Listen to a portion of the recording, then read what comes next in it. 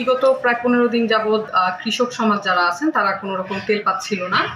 আমাদের কাছে গোপন সংবাদ এসেছিল যে কিছু অসাধু ব্যবসায়ী তারা ডিজেল বিভিন্ন জায়গায় বাড়িতে এবং দোকানে মজুত করে রেখেছে, যখন দাম বাড়বে তখন সেই বাড়তির দামে বিক্রি করে লাভবান হওয়ার আশায়।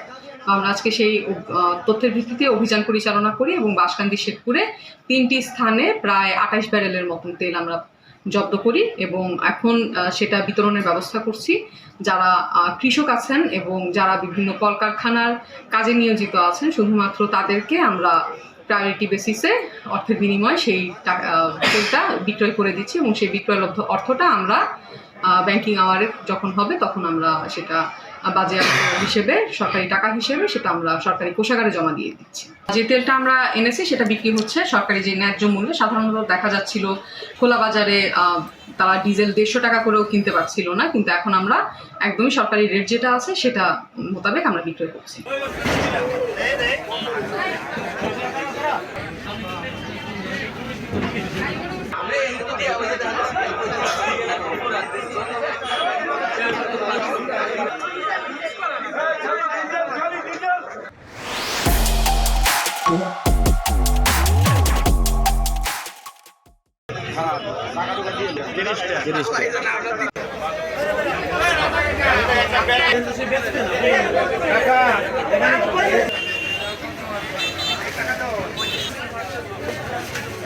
হ্যাঁ